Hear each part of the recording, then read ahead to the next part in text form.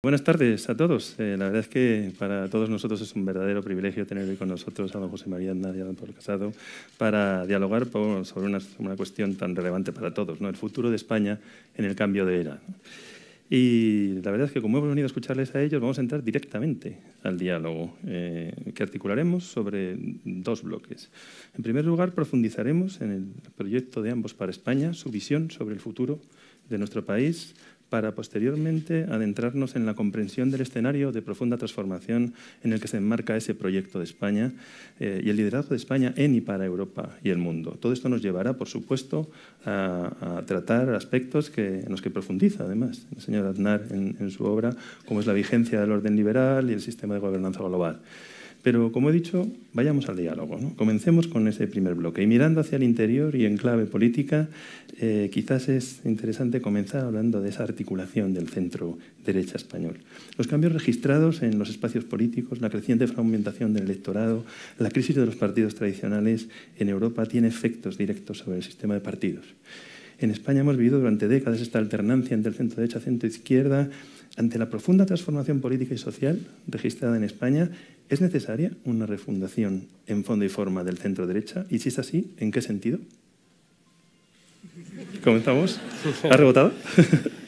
Bueno, pues yo primero quiero agradecer a la editorial y a todos los presentes vuestra asistencia, os trato de tú y permitidme que vaya a los más importantes, que son Ana, Alonso, José, Mónica y Alejandro, en representación de su madre y de toda su familia y, por supuesto, a todo el equipo humano que estéis aquí, que hemos tenido el privilegio y el honor de trabajar con un presidente de España como José María Aznar, al que yo personalmente estoy muy agradecido, no solo a la hora de afrontar la labor que él tuvo liderando el Partido Popular, sino también como español y como padre de dos niños que el día de mañana le agradecerán que dejara un país mejor. Yo creo que hay pocos líderes que pueden tener ese honor, ¿no? De dejar el gobierno diciendo que han dejado un país mejor. Y afortunadamente entre ellos están dos de mis predecesores y por tanto pues para mí es una gran responsabilidad estar donde estoy y además me hace recordar esos días. Ahora veníamos hablando de los cálculos que hacíamos de kilómetros cuando fui su director de gabinete. Lo dejo que lo diga él. Cuántas vueltas al mundo han calculado que hicimos, que yo puedo compartir, y muchos de esos vuelos él trabajaba en libros. Con la meticulosidad con la que gobernaba, él quería plasmar sus ideas para que pudieran ser leídas y yo creo que en este caso también son dignas de leer, también de aprender y de tener como referencia, con algo muy importante que yo siempre pongo de relieve en Aznar y que hay quien a lo mejor no quiere verlo. Aquí hay muchos exministros de sus gobiernos que lo saben, y es su profundo optimismo, que es indisociable a su nuclear patriotismo, ¿no? Yo recuerdo que la primera cosa que me dio Aznar cuando entré en mi despacho fue una reproducción del poema de Kipling, If, que yo creo que viene a ser pues, toda una filosofía de vida y de puesta en práctica para tu propia vocación pública, que es lo que él ya como expresidente también intentaba hacer en cada conferencia, en cada viaje, en cada representación institucional, siempre al servicio de España. Por tanto, yo creo que desde el Partido Popular, y perdona la introducción, siempre va a ser una referencia ideológica y absolutamente imprescindible. Es verdad que una de las cuestiones de las que él ha estado siempre muy orgulloso, incluso por encima, por lo que yo lo he escuchado muchas veces, de su labor de gobierno, que es innegable, que se estudia como el primer milagro económico español de nuestra democracia. Luego, afortunadamente, vino otro protagonizado por Mariano Rajoy, con lo cual se ve que este partido tiene que protagonizar un tercero, vistas las cifras económicas que nos acompañan. Pero, como digo, una de las cosas que él decía, incluso por encima de esas cifras de creación de empleo, de prestigio internacional, de cohesión territorial y de sostenibilidad del estado del bienestar, era lo que consiguió hacer por primera vez en la historia de España con el centro-derecha. Y es refundarlo.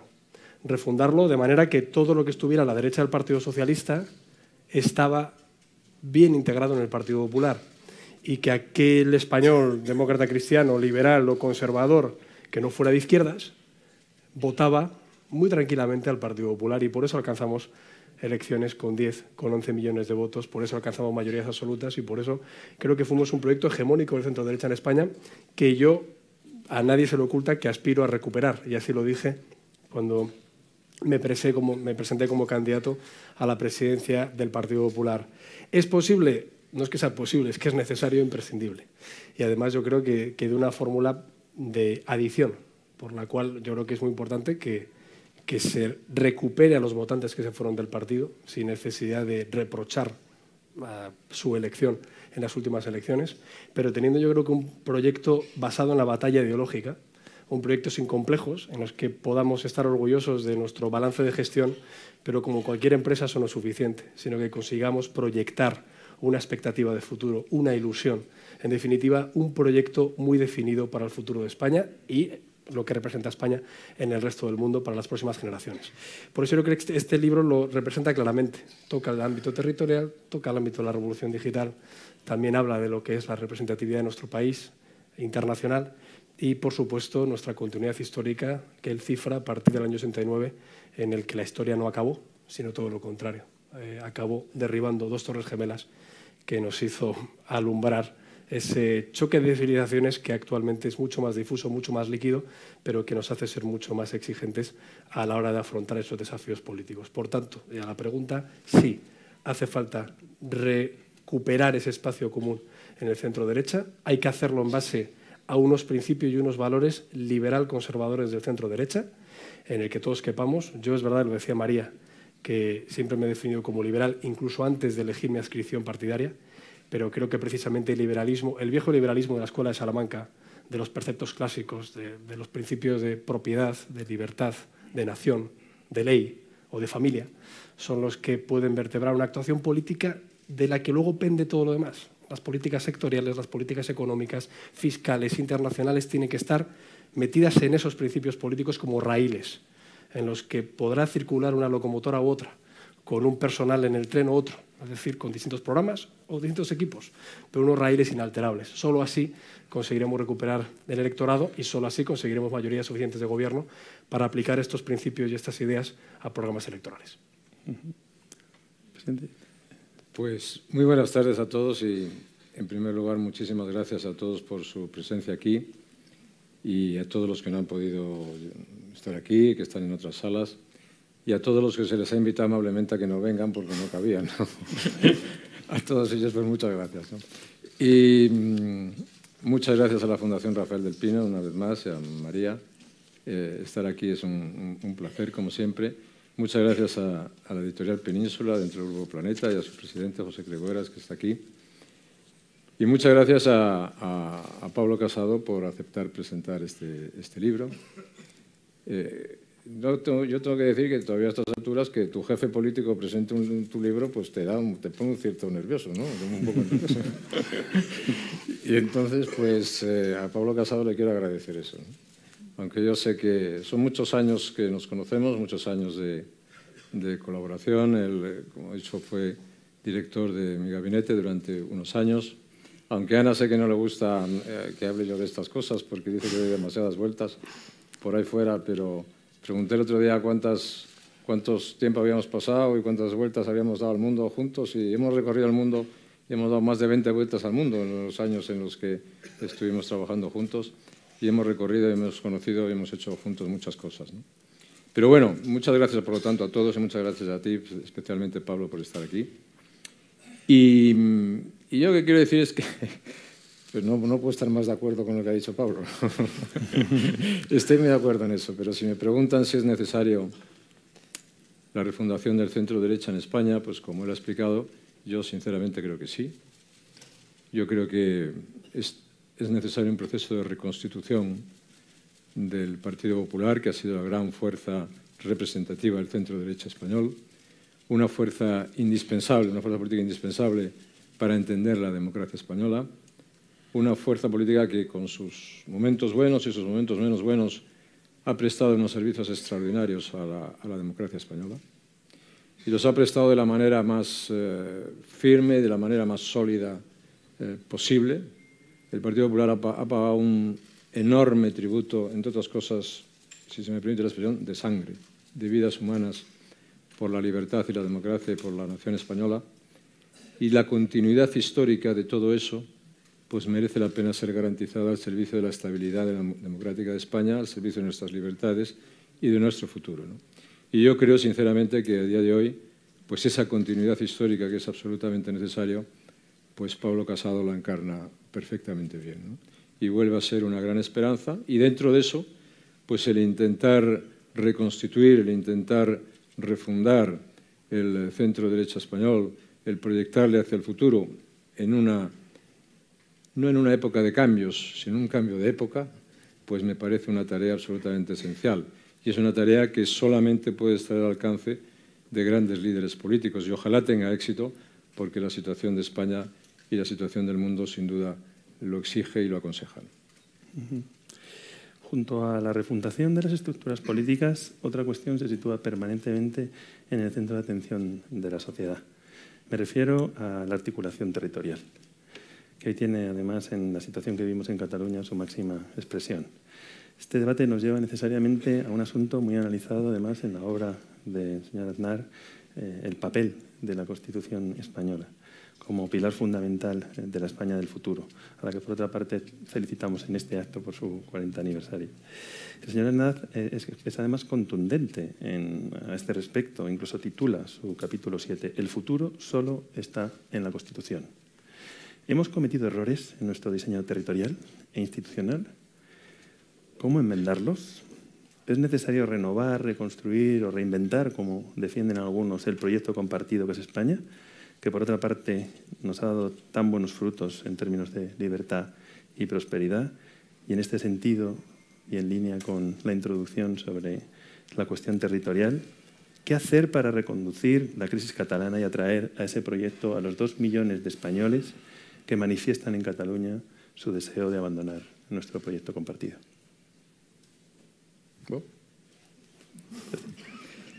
No, yo soy de los convencidos, y lo digo así en el libro y lo repito ahora, que en la Constitución está el futuro.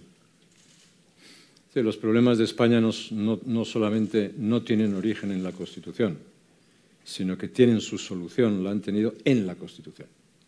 Y que nosotros nos hemos metido en problemas justamente cuando nos hemos desviado de la Constitución. La cuestión y el balance de aciertos y errores, porque naturalmente ahora que vamos a celebrar 40 años de la Constitución, pues es un capítulo efectivamente para hacer un balance, es una historia mucho más de aciertos que de errores. Cuando uno compara o mira hacia atrás y ve la España de 1976, 1977 y ve el cambio que se ha producido en el país, pues es sencillamente extraordinario en todos los sentidos. Políticamente, económicamente, socialmente, culturalmente, desde el punto de vista del bienestar, en todos los sentidos. Los errores se han cometido cuando nos hemos desviado de nuestros objetivos, ¿no? Pero la Constitución era un gran pacto, y ese pacto estaba fundamentado esencialmente en 2 elementos básicos, ¿no? Uno era mirar al futuro, no mirar atrás, es decir, no repetir los errores del pasado, no volver a las Españas excluyentes, no volver a las políticas de exclusión. Las cosas se empiezan a entorpecer, a complicar en España, en mi opinión, en el momento en que alguien decide volver otra vez a las políticas de exclusión y practicar un tipo de políticas en las cuales se deja entendido o se quiere practicar que una parte de España, o media España si se quiere, o una parte esencial de nuestro país, pues tiene que ser excluida del juego político, del ámbito político. Eso fue un error muy grave, que todavía seguimos pagando, y eso hay que recuperarlo. Es una de las cosas esenciales de las tareas de futuro que tenemos que recuperarlo, ¿no? El segundo pacto fundamental, en mi opinión, de la Constitución fue el que determina el reconocimiento de la pluralidad constitutiva de España a cambio de la lealtad a la nación española. ¿El problema cuándo surge? El problema surge cuando eso se quiebra. Y entonces no es una cuestión, el problema no está en la Constitución. El problema está en la decisión política de aquellos que deciden quebrar ese pacto y romper el pacto en virtud del cual la lealtad a la nación española es una de las bases de nuestra convivencia. Por lo tanto, cuando se produce en un país, en cualquier país, una situación de secesión, cuando se produce una situación de golpe de Estado, la primera obligación que tienen los gobernantes, la primera obligación que tienen las instituciones, es restablecer con todas sus consecuencias el orden constitucional, el Estado de Derecho y el respeto a la ley. Y naturalmente, si eso no se produce, el país es muy difícil que afronte otros muchos problemas que puede tener para el futuro. Entonces, ¿es la Constitución un problema? No, la Constitución no es un problema. El problema es las decisiones políticas que llevan a romper con la Constitución. Y por lo tanto, el problema no está tanto en preguntarnos, desde el punto de vista de los sentimientos, cómo podemos atraer a 2 millones de personas. El problema es cómo mantenemos el caudal fundamental de 45 millones de personas que no se puede perder. Entonces yo creo que uno de los problemas que tenemos en este momento es que ese formidable caudal político que se manifestó en España hace más de un año, de forma absolutamente general, de forma, por utilizar una palabra de moda, de forma transversal, a derecha, a izquierda, en el centro, en todas partes, en todos los territorios de España, eso que era un movimiento en favor de la Constitución, en favor de la unidad, en favor de la convivencia, pues eso corremos el riesgo de ser dilapidado. Y se está dilapidando, desgraciadamente. Y esa es una de las grandes responsabilidades que yo creo que en este momento tiene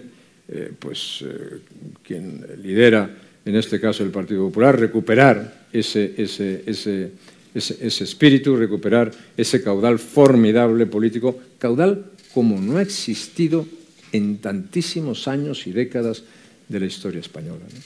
Y entonces, ahí sinceramente, yo creo que el restablecimiento del orden constitucional, el restablecimiento del Estado de Derecho, el restablecimiento de la legalidad, el no caer en tentaciones de buscar terrenos intermedios, porque no existe terrenos intermedios cuando se está hablando de la continuidad histórica de la nación española, no hay territorio intermedio posible, en mi opinión, pues es una de las tareas más urgentes y más decisivas de nuestro tiempo. Ahora estos días lo estamos viendo, pero yo tampoco quiero entrar ahí ni quiero alargarme mucho más en esta contestación, pero yo quiero decir que los que aspiramos a la continuidad histórica de España sabemos que vivimos unos momentos extraordinariamente complicados, donde las operaciones de diálogo, incluso con los golpistas, son el pan nuestro de cada día, donde los golpistas no solamente están en las instituciones, sino que además condicionan el gobierno de España y donde el golpe, un golpe de Estado, continúa produciéndose de manera cotidiana y mientras eso no se resuelva, pues es difícil que el país pueda encontrar una solución de futuro para los muchos problemas que tiene que encarar y para aprovechar las oportunidades que tiene en un momento histórico como el de ahora. Bueno, seguimos con esa continuidad histórica y con la labor del centro-derecha, ¿no? Suárez decía que la Constitución no resolvía todos los problemas, pero hacía a cada español protagonista de su futuro. Y en este caso yo diría 40 años después de su historia, ¿no? Yo no voté a la Constitución, yo nací en el año 81 y me siento aún más deudor que aquella generación excelente de españoles que consiguieron ceder todos para que todos cupieran. Por tanto, la Constitución no era un texto que aspiraba a colmatar todas las aspiraciones de cada parte. Lo dice un partido que de 7 ponentes constitucionales acabó teniendo en sus filas a 4, a Fraga, Herrero de Miñón, a Pérez Llorca y a Gaby Cisneros. Y por tanto es un texto que, igual que en todos los países serios, tiene vocación de permanencia, igual que en Estados Unidos, en 3 siglos la Constitución ha seguido avanzando con un puñado de enmiendas, o igual que la República Francesa no cambia a la sexta porque de repente los partidos políticos no sepan qué proponer y ya se queden sin gas con la Declaración de Granada y ya no sepan qué proponer y digan, bueno, vamos a abrir en cara la Constitución. Eso no es un país serio. Al final, los cambios de sistema se producen por circunstancias históricas muy tasadas. En mi caso, creo que la Constitución está plenamente en vigor y más que nunca. Es más, ahora es la salvaguarda de que se rompa ya no la unidad de España, sino en la igualdad entre todos los españoles, que es un precepto que a veces se nos olvida. Si tenemos la Constitución española, por supuesto como heredera de la Constitución del 12, pero también como reflejo, en cierta medida, de una Constitución muy similar, como la Ley Fundamental de Bonn, se fundamenta en la lealtad de los territorios con el Estado federal y no solo en la solidaridad, como solo se fundamenta la nuestra. Lo que ahora se ha roto es ese precepto que no existe en nuestra Carta Magna y sí en la Constitución alemana, que es la lealtad entre territorios, de los partidos políticos, de los propios derechos que algunos quieren volver a introducir e incluso de la igualdad, insisto, entre los españoles. Por tanto, ahora mismo yo creo que la Constitución es lo que frena la ruptura que no es inocua. Cuando Podemos habla de romper el candado del 78, por cierto, que lo llama régimen, no es una frase más o un tuit más. Es una línea de actuación por la cual necesitan expulsar al Partido Socialista del consenso de la transición y de la línea que alumbró la Constitución. Solo así se puede justificar lo que decía ahora el presidente Aznar, que es que, bueno, pues roto ese candado, roto esa Constitución, se puede alumbrar la sedición, se puede permitir la anexión de Navarra al País Vasco o se puede directamente romper las costuras de un sistema que ha sido tremendamente eficaz. De ahí que yo pongo mucho hincapié en la labor del Partido Socialista. El hecho de que ahora el Partido Socialista esté dando por buena la posición de Podemos o de los independentistas, contra quien va en primer lugar es contra el propio Partido Socialista, que fue decisivo también en la transición y que fue también decisivo a la hora de conseguir esta Constitución. Y por tanto yo lo que creo es que tenemos que dejar muy claro, primero, que no hay una demanda social para cambiarla, y segundo, que es lo suficientemente flexible para que cualquier cambio pueda venir a través de las Cortes Generales con una reforma agravada. Yo recuerdo, por ejemplo, en época del gobierno de Aznar, el Plan Ibarretxe. Bueno, el Plan Ibarretxe era una ruptura, iba por la independencia del País Vasco en años de plomo, en los que él mismo sufrió el zarpazo terrorista al que se derrotó con toda la ley, pero solo con la ley, no como en otras ocasiones. Y, sin embargo, la permeabilidad de la Constitución hacía que una proposición de ley de un Parlamento autonómico pudiera venir a las Cortes Generales, debatirse, y si hubiera prosperado, iríamos a una disolución de Cortes, a una nueva periodo constituyente, y se hubiera cambiado la Constitución incluso en su esencial configuración estatal. Eso no sucedió.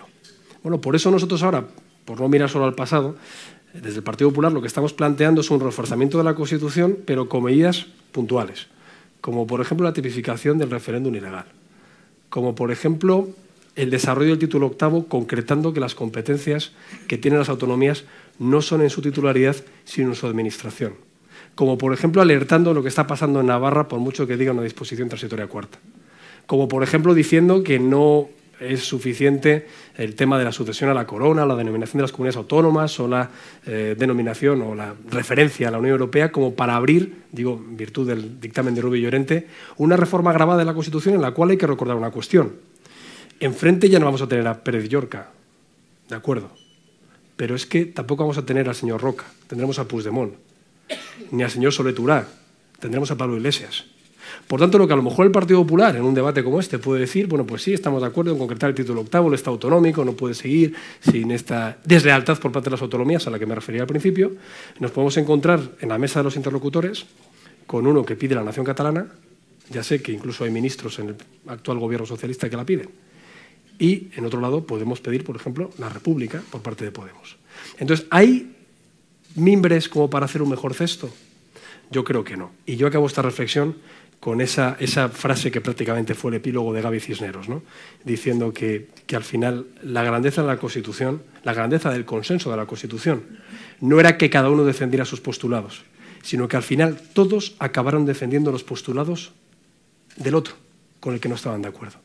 Eso es lo que se ha roto. Y acabo con una anécdota nada más.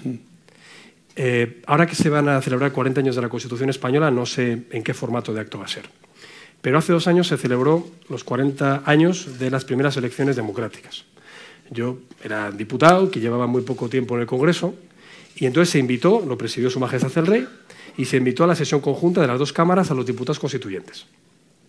Y yo vi entrar a diputados ancianos, unos venían, algunos del exilio, por lo que luego me enteré, ¿no? Unos habían venido del exilio, eran de, bueno, pues digamos de los que estaban en el Partido Comunista, y otros, pues algunos habían sido diputados constituyentes que también eran diputados en el régimen de Franco.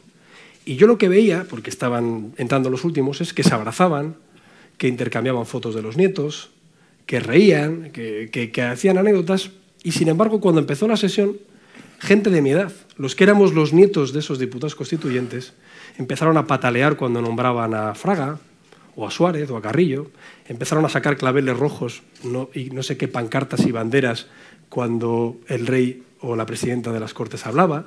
Entonces yo decía, bueno, pero ¿en qué país los nietos de los que decidieron mirar al futuro, decidieron una reconciliación sincera, mirar hacia adelante sin quedarse en la historia pasada, con qué derecho nosotros queremos reescribir esa historia o queremos tumbar la Constitución que fue la expresión de esa transición y de ese abrazo entre españoles de distinto signo?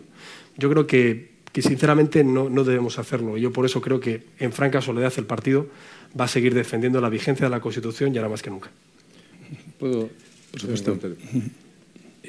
Es muy interesante esto porque significa el punto de vista de sucesivas generaciones y sucesivas responsabilidades políticas, ¿no?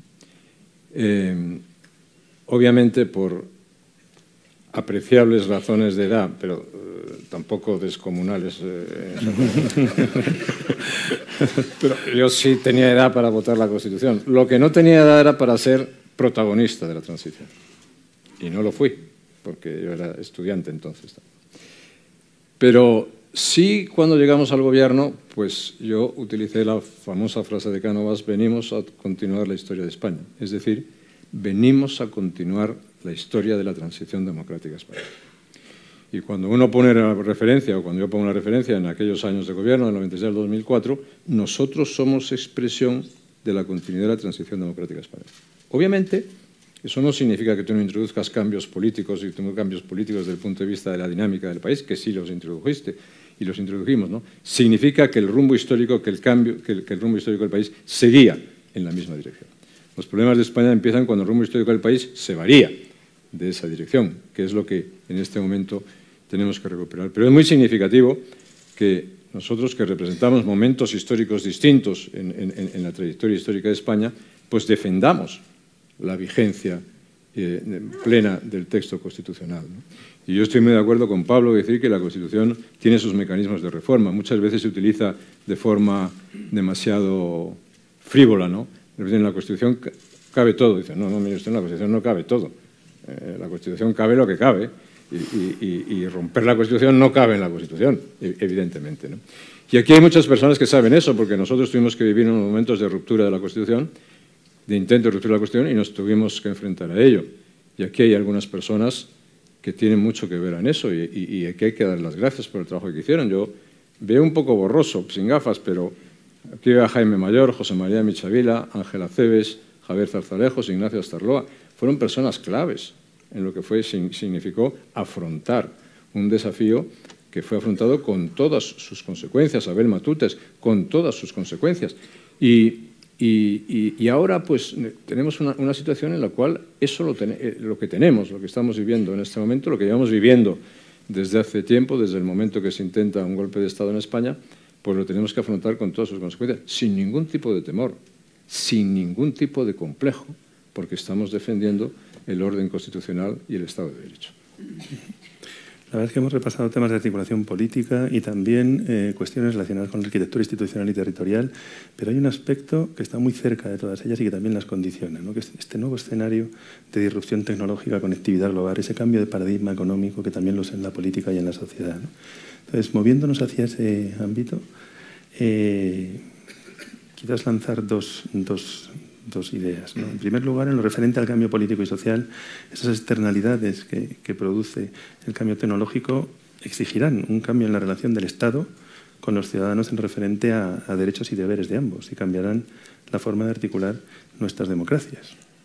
Por otra parte, yendo al aspecto más económico, la transformación profunda de nuestras economías, nos enfrentamos a un nuevo liderazgo empresarial en esa cuarta revolución industrial. Todos estos aspectos se detallan en la obra, a nuevos modelos de organización de los mercados y de las empresas, a nuevas formas de empleo y de organización del trabajo muy distintas de las que hemos conocido. Por ello, centrándonos en el shock tecnológico como complemento a las intervenciones anteriores, vamos a este concepto que ahora se está lanzando a la arena pública de un nuevo contrato social para España. ¿Es necesario un nuevo contrato social en España en la era digital, en la clave que hemos planteado? Y por otra parte, ¿cuál es el proyecto de ambos para España ante los grandes retos económicos y empresariales en la cuarta revolución industrial? Yo ahora miro a Pepe Cregueras, al presidente del Grupo Planeta, y me estaba reprochando que tengo un libro acabado ya desde Semana Santa sobre la Cuarta Revolución Industrial que no me atrevo a sacar porque piensan que son temas todavía que son una marcianada. El otro día en un desayuno me atreví a hacer la exposición inicial sobre ese decálogo, ese contrato social, que así lo denominaba, y bueno, hubo un medio de comunicación que 5 días después, en domingo, dijo que hay que empezar a hablar de esas cuestiones en España, cuestiones que Israel lleva hablando 20 años, en Estados Unidos 10 y en Francia pues llevan prácticamente 4, ¿no?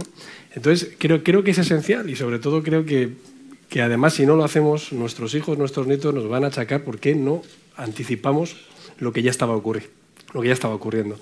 Yo llevo 3 años colaborando en un panel del Foro Económico Mundial, hoy tan en las noticias, sobre precisamente la adaptación sociopolítica de la Cuarta Revolución Industrial, que precisamente es un término que acuña Klaus Schwab, el presidente de Davos, y que nos pone a un grupo de jóvenes políticos europeos a trabajar sobre ello, de los cuales es verdad que ya la primera ministra de Serbia, el presidente de Estonia, el vicepresidente de la Comisión Europea, el presidente de Austria, bueno, pues empezamos como diputados y como senadores y hemos ido adquiriendo responsabilidades en distintos gobiernos, en mi caso pues como líder de la oposición.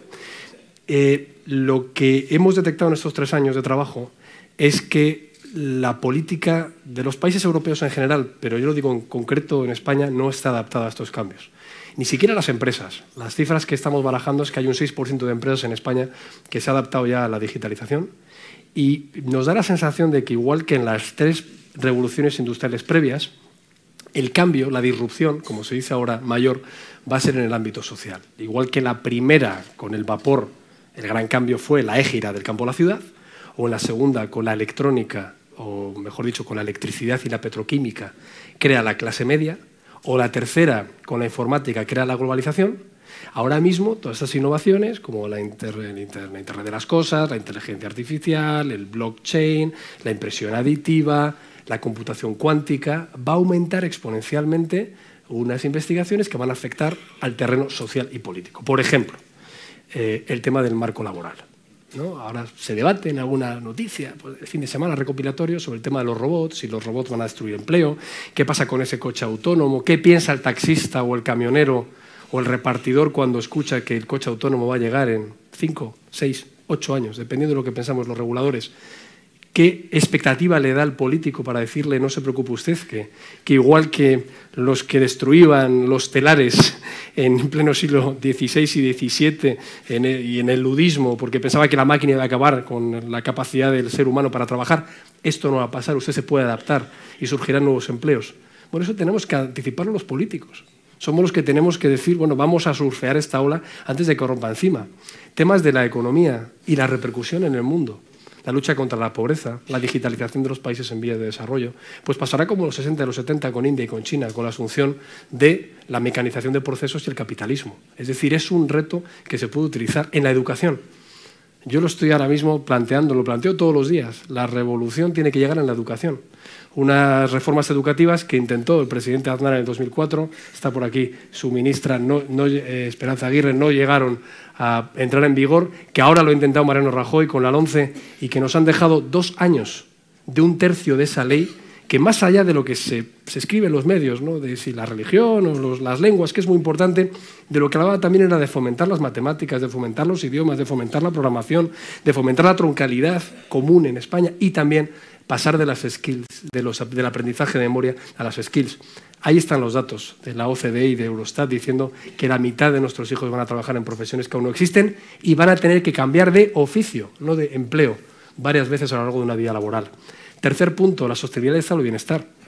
Si estamos hablando de esto, el otro día se me entendió mal, si la computación cuántica va a hacer que los experimentos, la investigación médica o genética acorten muchísimo los periodos para sacar avances que generen una longevidad añadida, con terapias que pueden ir contra el cáncer en la desecuenciación del genoma humano, eso va a arrojar longevidades centenarias, a un muy corto plazo.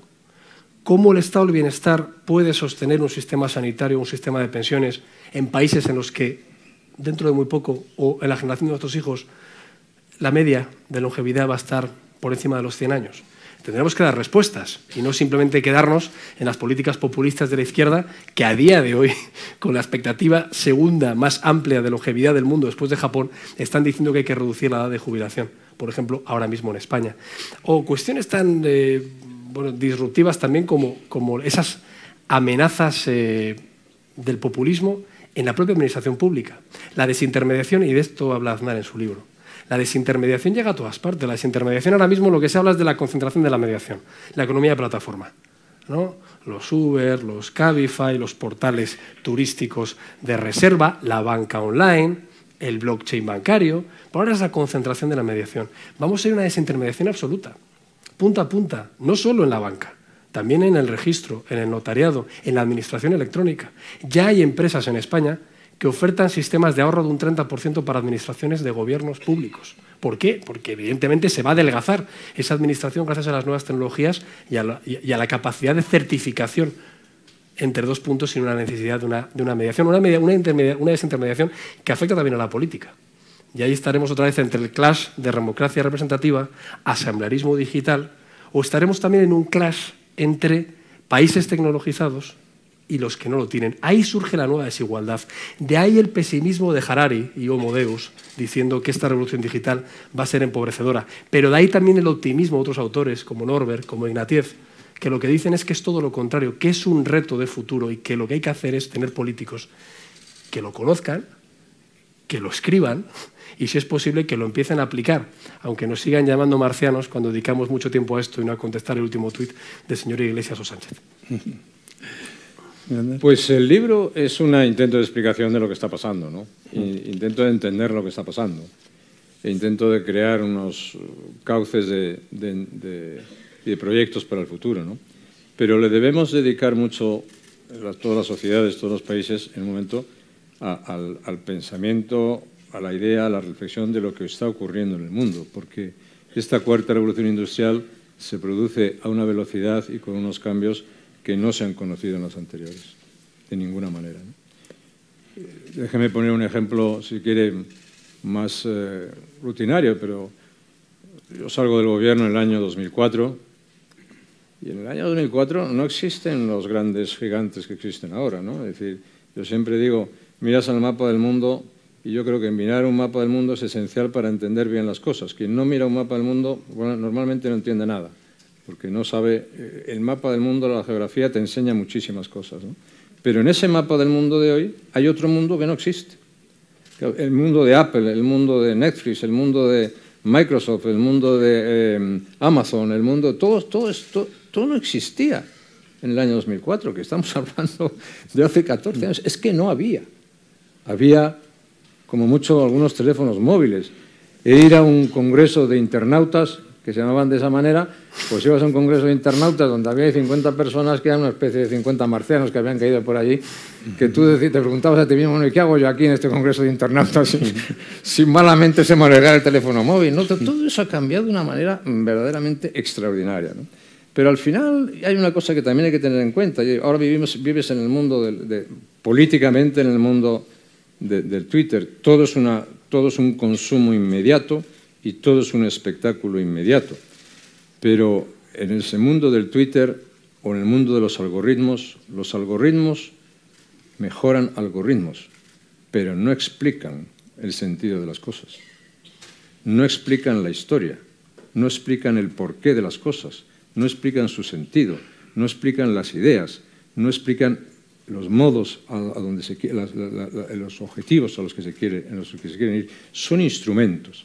La gran diferencia de esta revolución con otras revoluciones es, y yo comparto algunas ideas que he podido leer en estos años, la gran diferencia es que las anteriores revoluciones eran controladas por el ser humano y eran controladas por la razón humana.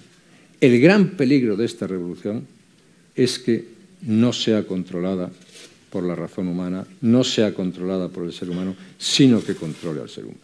Eso tiene, obviamente, no hace falta entenderlo, tan gravísimas y tan importantes consecuencias que reflexionar a eso me parece una de las cosas más importantes a las que se puede dedicar o puede dedicar una parte de la sociedad. Segundo, Si hablamos de conceptos políticos o económicos, estratégicamente esta revolución produce unos cambios absolutamente extraordinarios.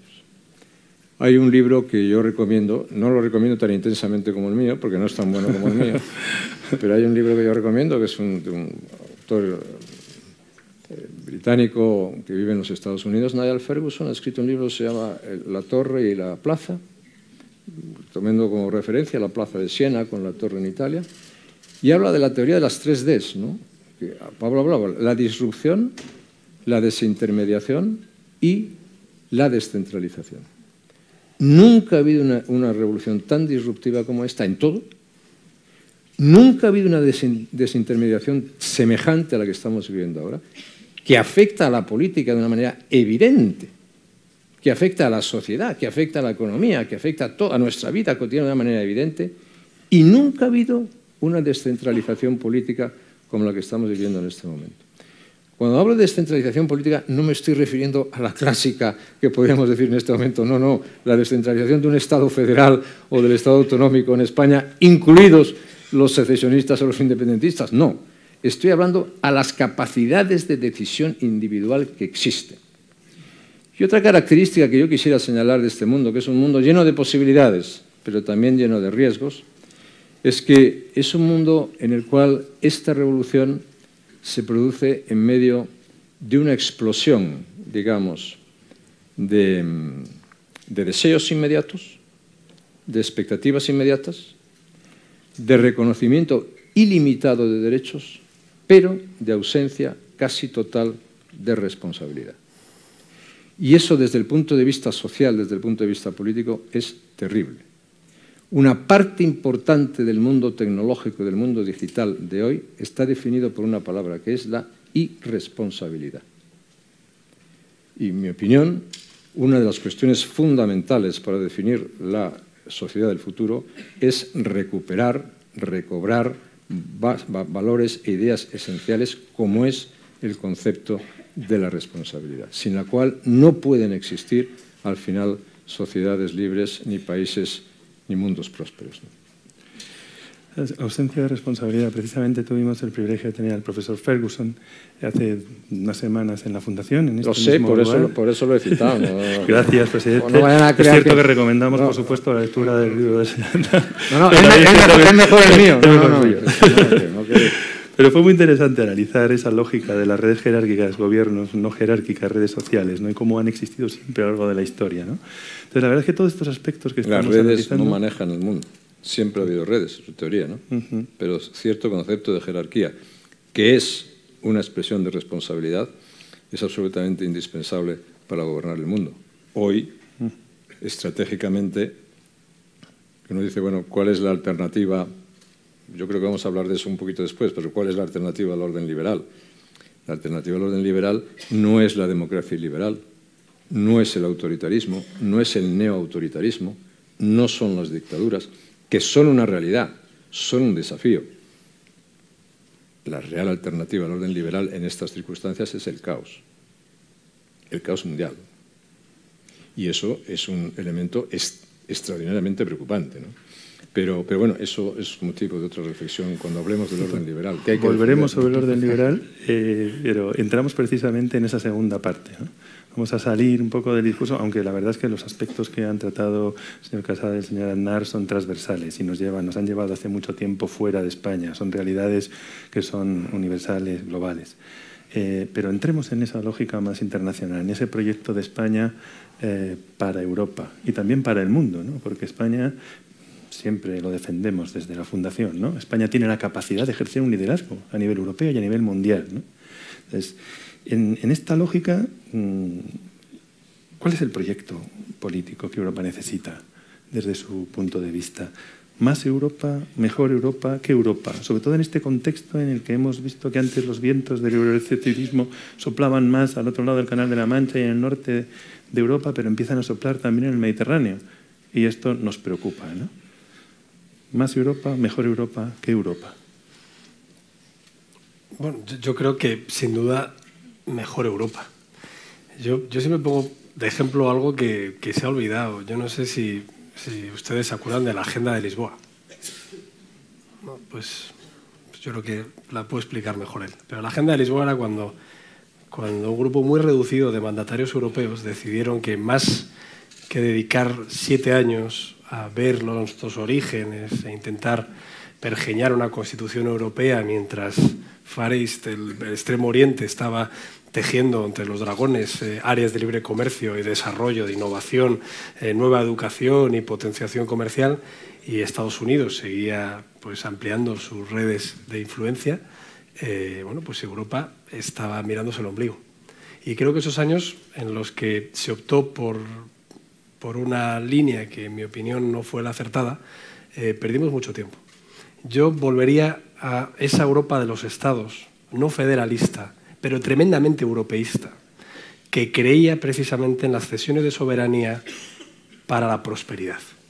Yo creo en los 3 pilares que están expuestos en el libro, de libertad, prosperidad y seguridad de la Unión Europea, que son los fundacionales, y que son los fundacionales además en base a esas ideas liberal conservadoras a las que yo he hecho referencia al principio, que son las fundacionales de, yo creo que una de las obras políticas más reseñables de la historia, como fue la Unión Europea, que básicamente fue la decisión de un grupo de naciones de dejar de matarse, como venían haciendo en el último siglo, para convivir juntos y además generar el área de prosperidad, de bienestar y de libertad más grande del mundo. Lo que pasa es que esa admiración que nosotros suscitamos se tiene que hacer sostenible en el tiempo. No podemos vivir simplemente de nuestro pasado o de nuestro presente cuando nuestra competitividad o falta de la misma nos puede lastrar la sostenibilidad de ese presente de cara al futuro. Entonces yo sí que recuperaría, y ahora pues desde la responsabilidad que tengo, cada vez que tengo pues una reunión internacional, planteo este pragmatismo europeo como método prácticamente de subsistencia. Y puedo decir que cada vez encuentro más aliados, y entre mi generación, a ese respecto. Yo creo que hablar las cosas tranquilamente. Y me voy al entorno de España. España tiene que recuperar su posición global. Es verdad que en los últimos años, la crisis económica, los problemas territoriales internos, probablemente nos han impedido hacer lo importante por tener que hacerlo urgente. Pero yo creo que la posición estratégica de España, geográfica, como puerta de acceso de Europa al Atlántico, como país tradicionalmente respetado en el arbitrio mediterráneo, como país sin grandes conflictos en África y ahora además después del Brexit como el país atlántico por antonomasia dentro de la Unión Europea, nos da la posibilidad de ser un hub inigualable. Entonces tenemos verdaderamente que invertir tiempo y esfuerzos en esa alianza atlántica con una situación privilegiada con los Estados Unidos, recuperando esa hispanidad que el otro día resultaba tan polémica, esa hispanidad que durante 5 siglos nos ha dado una potencia histórica y también una potencia económica, cultural, lingüística, que se ha desaprovechado durante demasiados años, es decir, nuestra presencia en Iberoamérica una vez más de forma privilegiada, y volver también al concierto internacional, a la influencia. Yo ese volver al corazón de Europa que escucho ahora en Sánchez me recuerda a esa irrelevancia europea que tuvo Zapatero en sus años de gobierno.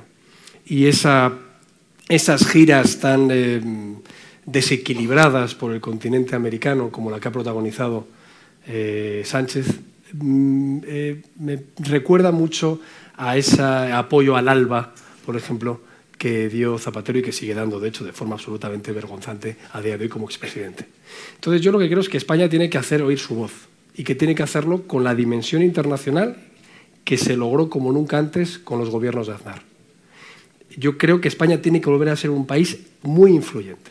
Y además ahora, yo se lo planteé el otro día a la canciller alemana, es el momento de hacerlo. Vamos a ser la 4ª potencia, si no hay un milagro y se evita el Brexit, la 4ª potencia de la Unión Europea a partir de mayo. Por la inestabilidad de Italia, y de hecho hoy ya vemos cómo está el tema presupuestario, somos de facto la 3ª en cuanto a estabilidad política, si no lo malogra ya del todo el gobierno actual. Y además somos 2 partidos, tanto en Alemania como en España, 2 partidos que compartimos esa visión y en el caso de España, su vertiente atlántica. Creo que el mundo ha mirado demasiado al Pacífico en los últimos años. La administración de Obama fue una administración que miró demasiado al Pacífico. Se pudo se pudo compensar con el TTIP, con el Tratado de Libre Comercio, que de forma irresponsable Europa rechazó. Francia, cierto, pero también la izquierda española. Eso hubiera compensado un poco el atlantismo de la administración americana. Y ahora es el aislacionismo y el proteccionismo de Trump, que es cierto y que yo no comparto. No deja de ser un capítulo más de ese discurso del Cairo, del leading from behind, del soft power, del multilateralismo, que ya la administración empezó a enarbolar. Entonces yo creo que en ese momento pues, Europa tiene que ocupar esos espacios vacíos ante el relacionismo y proteccionismo de los Estados Unidos, y España tiene que ocupar esos espacios vacíos y los demás socios comunitarios no lo hacen. Y si no, pues Europa irá decayendo ante la irrupción tecnológica, económica y la pujanza geoestratégica de todas las potencias de las que habla el libro. Yo no voy a hablar, y ahí pues dejo el toro en suerte. China, Rusia y, por qué no decirlo, los cambios del populismo y el nacionalismo que en el hemisferio norte también están aquejándonos. Yo estoy muy de acuerdo con lo que ha dicho Pablo y tengo que decir que, en mi opinión, para un churchilliano como yo, pues la primera regla fundamental de la política exterior es tener la casa en orden. Si tú tienes la casa en orden, puedes saber lo que quieres hacer. Si no tienes la casa en orden, tienes muchos problemas. Entonces, tener la casa en orden y tener una buena política doméstica es absolutamente fundamental. Si uno mira la situación actual de España, y permítanme una breve referencia ahí, es decir, ¿cuál puede ser la política exterior española? Pues ninguna, irrelevante en todo aquello que vaya en la buena dirección. En todo lo que sea equivocarse es posible, o tomar malas decisiones, pero con la situación interna, doméstica, muy complicado. Segundo, yo creo que la Unión Europea tenemos una obligación por intentar preservar de una manera fundamental la Unión Europea. La Unión Europea significa estabilidad, significa prosperidad, significa libertad, significa coexistencia, significa paz, y eso lo tenemos que preservar. Y para preservarlo tenemos que entenderlo bien. ¿Cuáles son, en mi opinión, las tres reglas fundamentales de una Unión Europea saludable? Uno, saber que los Estados-nación siguen siendo la base de Europa. Segundo, tener unas economías abiertas. Y tercero, tener una relación atlántica lo más sólida posible. Eso sigue siendo, en mi opinión, fundamental para España y sigue siendo fundamental, en mi opinión, para Europa en el mundo estratégico de hoy. Y el mundo estratégico de hoy viene definido por las diferencias estratégicas y de visión entre dos grandes colosos. Un gran coloso, que es la potencia dominante, hegemónica en el mundo desde hace años, que son los Estados Unidos, y China. Y la reflexión estratégica es todos los demás, ¿dónde nos podemos situar en ese mundo? Si es que tienes la voluntad de situarte. En este momento, las circunstancias europeas, por distintas razones, hacen que Europa tenga una tendencia declinante y tenga un papel cada vez más secundario en ese escenario estratégico que viene en este momento. Pero al mismo tiempo es un escenario potencialmente más conflictivo. Quiero decir que una de las cosas que estamos viviendo también en este momento en Europa es el retorno, y estratégicamente, es el retorno a los grandes problemas que tuvo Europa en los años 30 del siglo pasado. Es decir, puesto en cuestión y estando casi en colapso el orden liberal que crean los Estados Unidos después de la Segunda Guerra Mundial, estando desafiado, aunque no alternativamente, pero estando desafiado por China, por Rusia, por otras potencias, estando desafiado fundamentalmente por la expansión inmensa del Pacífico, ¿cuál tiene que ser los elementos esenciales en los cuales las democracias liberales, el orden liberal, el mundo liberal, pueda mantenerse en el mundo? Y ese es un factor estratégico absolutamente fundamental. Y ese es un factor estratégico en el cual estamos en este momento volviendo otra vez a problemas que tienen que ver con el nacionalismo, con la competencia entre poderes, con los problemas fronterizos, con los problemas territoriales, con las ambiciones territoriales capaz de ser conseguidas militarmente, y todo eso crea una serie de riesgos inmensos en el mundo de hoy y de peligros en el mundo de hoy, unido a las cuestiones de la ciberseguridad y del terrorismo, ¿no? Esa reflexión europea, si uno hace una reflexión europea, pues Europa está bastante desarmada en ese sentido en este momento, ¿no? Rearmar eso en Europa, pues es una de las tareas más importantes y más urgentes que tenemos, ¿no? Pero para empezar esa tarea bien, en el caso español, hay que empezar por poner la casa en orden. Si no, lo tendremos más complicado.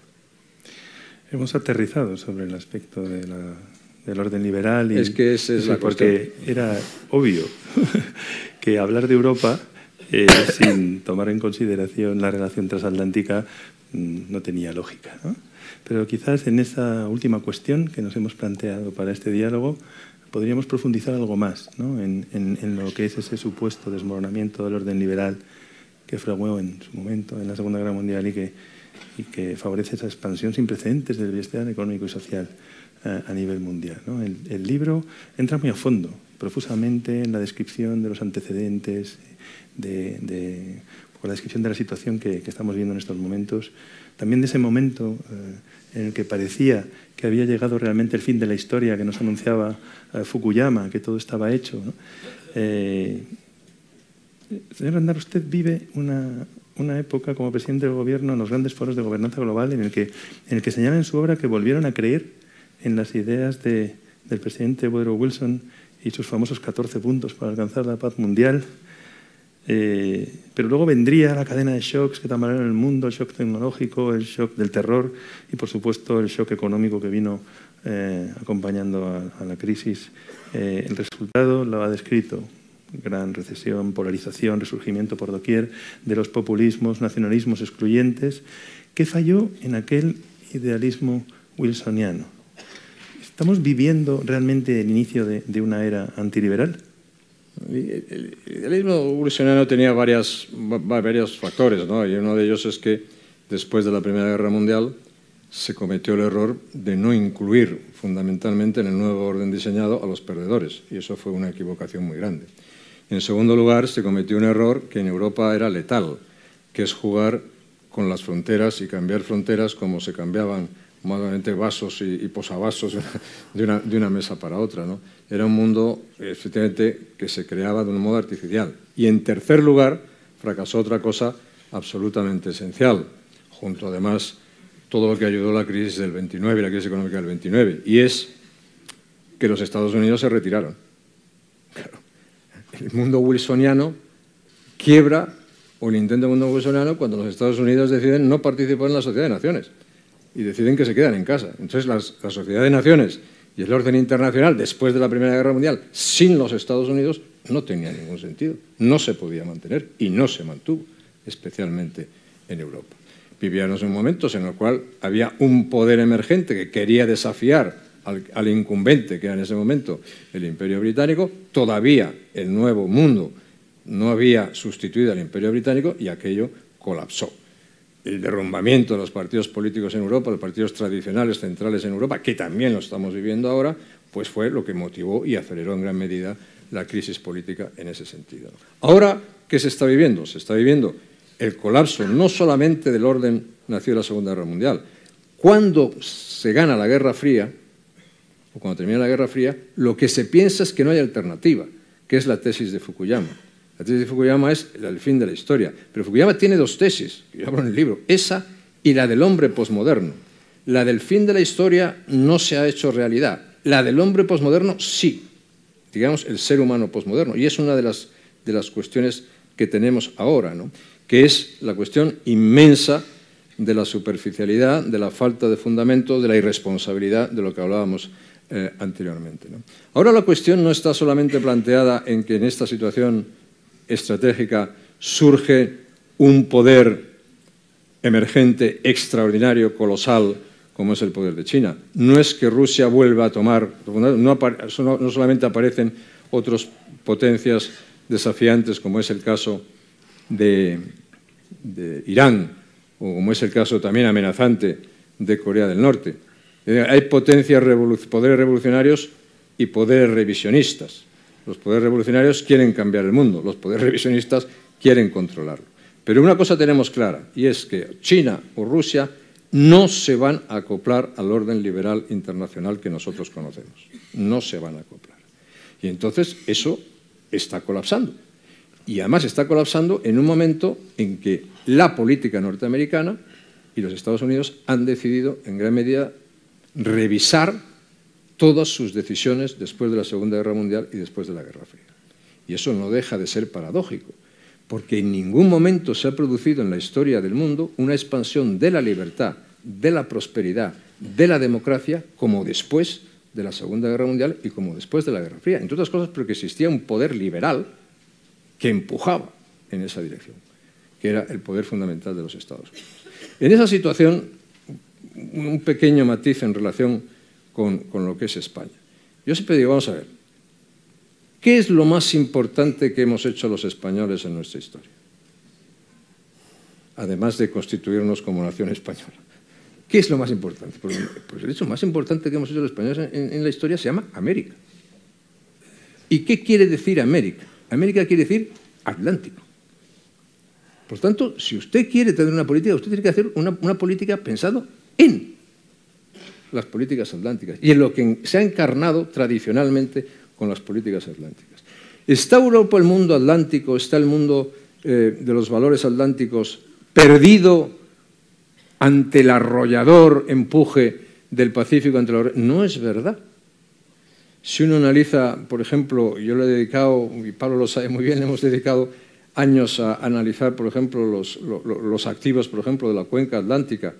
Usted tiene ahí las mayores reservas de petróleo del mundo, las mayores reservas de gas del mundo, las mayores reservas de alimentos del mundo, las mayores reservas de agua del mundo y las mayores reservas culturales del mundo en términos de lo que significan los valores de la libertad, la democracia, los derechos humanos, la tolerancia y la prosperidad. Esos son unos activos extraordinarios y eso es lo que el orden liberal tiene que poner en marcha otra vez. Esa es mi esperanza y esa es mi opinión. Y todo eso conjugado y en medio de toda esta gigantesca revolución que estamos hablando. Por eso el mundo es muy complejo, pero no hay solución más perturbadora, iba a decir más estúpida, que fiarse en los populismos para resolver las cuestiones complejas del mundo de hoy. Y no hay decisión, en mi opinión, más inteligente que reforzar el orden liberal para intentar entender y afrontar el mundo que nos viene. Totalmente de acuerdo. Yo creo que además el concepto del atlantismo no es geográfico. Yo recuerdo en las iniciativas en las que yo he tenido la oportunidad de colaborar, este concepto siempre acuñado desde el Atlantic Council, pasando por las cátedras de estudio entre Norteamérica y América Latina, pasando por la iniciativa de la Cuenca Atlántica, siempre se hablaba de un concepto prácticamente ideológico de principios. Para mí, Australia es Occidente. Para mí, por supuesto, Israel lo es. Para mí, los países que valoran a la persona, a su libertad y que creen en el Estado de Derecho y que lo que intentan es mejorar la vida de la gente sin ningún tipo de intervencionismo ni totalitarismo, es Occidente. Yo creo que por eso, en este caso, los enemigos de la libertad, igual que en el siglo XX fueron el fascismo y el comunismo, ahora vuelven a ser, o de una forma son en el siglo XXI, el populismo y el nacionalismo. Y eso sí que es una emergencia que lo estamos viendo y que los partidos políticos tenemos que reaccionar. Los movimientos que estamos viendo en el hemisferio norte, o incluso ahora en la situación iberoamericana, en la que hay desde hace unos años la irrupción de gobiernos que sí que creen los preceptos liberales. Ahí tenemos que ver Argentina, tenemos que ver Chile, tenemos que ver cómo está Colombia, lo que va a acabar pasando en Venezuela, por mucho que el dictador intente remediarlo. Veamos las grandes incógnitas en México y Brasil, pero en definitiva el problema ha estado en el hemisferio norte y ha estado en Europa. Ha estado en Europa con la irrupción de populismos de extrema izquierda en la Europa del sur, con populismos de extrema derecha en la Europa del norte o en Centro Europa. Y yo creo que eso es una respuesta a la capitulación de nuestros propios principios. Yo creo que la crisis de los partidos, o en este caso la crisis de los países o de la ideología liberal, es porque no estamos enarbolando esos principios, porque no estamos dando esa batalla. Y son más necesarios que nunca. Entonces yo en ese caso creo que, igual que decíamos, bueno, que la construcción de los proyectos supranacionales implica una cesión de soberanía. En la Unión Europea no hay más que fronteras y moneda en cuanto a cesión de soberanía, en cuanto a concertación de esfuerzos comunes, pero yo creo que más allá de la OTAN ha faltado una iniciativa que concierte más allá del terreno de la defensa a Occidente. En la defensa de los principios de libertad que acaban estrellándose contra las Torres Gemelas. Es decir, el consenso liberal o social liberal del periodo de posguerra en Europa, por supuesto en la vertiente también atlántica de Estados Unidos, que culmina con la caída o con el derrumbe del muro de Berlín, donde la izquierda no sabe explicar lo que ha ocurrido, donde se sepulta el socialismo real en los cascotes del telón de acero, se acaba estrellando en el 2001 en las Torres Gemelas, y el enemigo es mucho más líquido y mucho más complejo. Es el enemigo yihadista, por supuesto, sin territorio, con cauces de financiación o de actuación, basados también en la revolución digital, pero también es el enemigo populista. Y en ese sentido yo creo que si hay irrupción de movimientos de ese signo es porque los partidos o la ideología liberal no ha conseguido reforzarse, no ha conseguido dar el contrapunto y ser atractivos, no proponiendo tampoco soluciones fáciles a problemas complejos, sino intentando trasladar en base a esa batalla ideológica que las soluciones tienen que venir por parte de esas ideas de libertad y de defensa de la individualidad. Porque el colectivismo económico, y eso es una cosa que estamos viendo, ha dado paso a un colectivismo social. Ahora ya nadie, en su sano juicio, quitando un par de dictadozuelos, puede plantear la economía estabulada, el comunismo como una alternativa de futuro. Nadie que esté en su sano juicio. Pero que sí que se plantea una economía de colectivización social que al final aliena al individuo y va contra esas teorías de libertad que yo creo que ahora son urgentes recuperar y defender. La verdad es que, como habrán comprobado con sus relojes, hemos excedido la hora que teníamos previsto para este diálogo. Lo entenderán por el privilegio de contar con el señor Aznar y el señor Casado con el trasfondo de la obra del señor Aznar. La verdad es que continuaríamos, seguro, todos disfrutando, ¿no? Pero yo quiero decir exacto, una cosa les iba a decir si esa última intervención... No. Yo lo primero que quiero decir que, como yo estoy muy orgulloso de mis equipos y de todo el mundo que trabajó conmigo y creo que fueron muy buenos y muy brillantes, antes, como decía que veía un poco borroso sin gafas, me quedé por citar a Esperanza, que la veo por allí, y a Pío Cabanillas, que está aquí también sentado.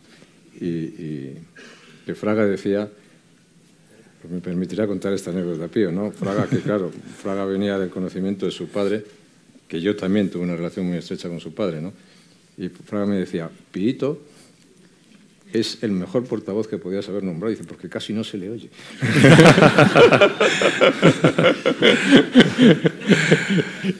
Y tenía razón. No, pero lo que quiero decir, lo que quería... ¿Estamos ya en la intervención? Sí, estamos. No, pues es que yo quiero que el tema lo cierre Pablo, pero quería contar una anécdota que no acerca... En fin, es para... Una vez que en el año, yo no sé cuándo, el año 92, 93, pues yo tenía muy buena relación con el Papa Juan Pablo II, ¿no? Y yo siempre digo que uno de las personalidades más impresionantes que he conocido en mi vida, después de Ana, por supuesto, es y de los líderes políticos los que me tengo que ganar la tranquilidad esta noche, ¿no? Después de es decir, Juan Pablo II es de los líderes más importantes que yo he conocido, ¿no? Y un día en el año 92 o el año 93, pues estando hablando con él en el Vaticano, él me coge por el brazo y me dice, dígame usted, ¿cuándo va a ganar usted las elecciones en España? Y dije, pues ya hacemos todo lo posible, ¿no? Pues va a hacerlo, ¿no? Y entonces yo lo que quiero decir esta noche, dejando al margen a Juan Pablo II, y ahora no existe esa circunstancia, ni yo me revisto de ninguna función papal, ni de ninguna otra que no tengo, nada más que la de autor de Península y de Planeta, pues, y de militante del Partido Popular, pues la cuestión clave en este momento la tiene que responder el líder del Partido Popular, ¿no? Y la pregunta sería, Pablo, ¿cuándo vamos a ganar las elecciones? Claro.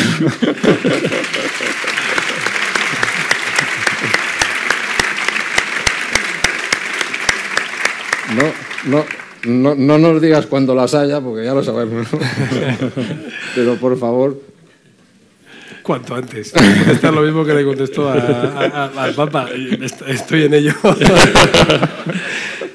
Muy pronto, por el bien de España muy pronto, y ya que me deja cerrar, lo que puedo decir es que además por la responsabilidad de representar un legado que es heredero de personas como el presidente José María Aznar, y porque yo creo que España, siempre que ha gobernado el Partido Popular, ha estado mucho mejor. O sea, que cuanto antes y por el bien de los españoles tenemos que volver, y para aplicar estas ideas, no para usar simplemente el poder, sino para hacer política y para servir a España. Muchas gracias a ambos. La verdad es que hemos disfrutado de un excelente diálogo.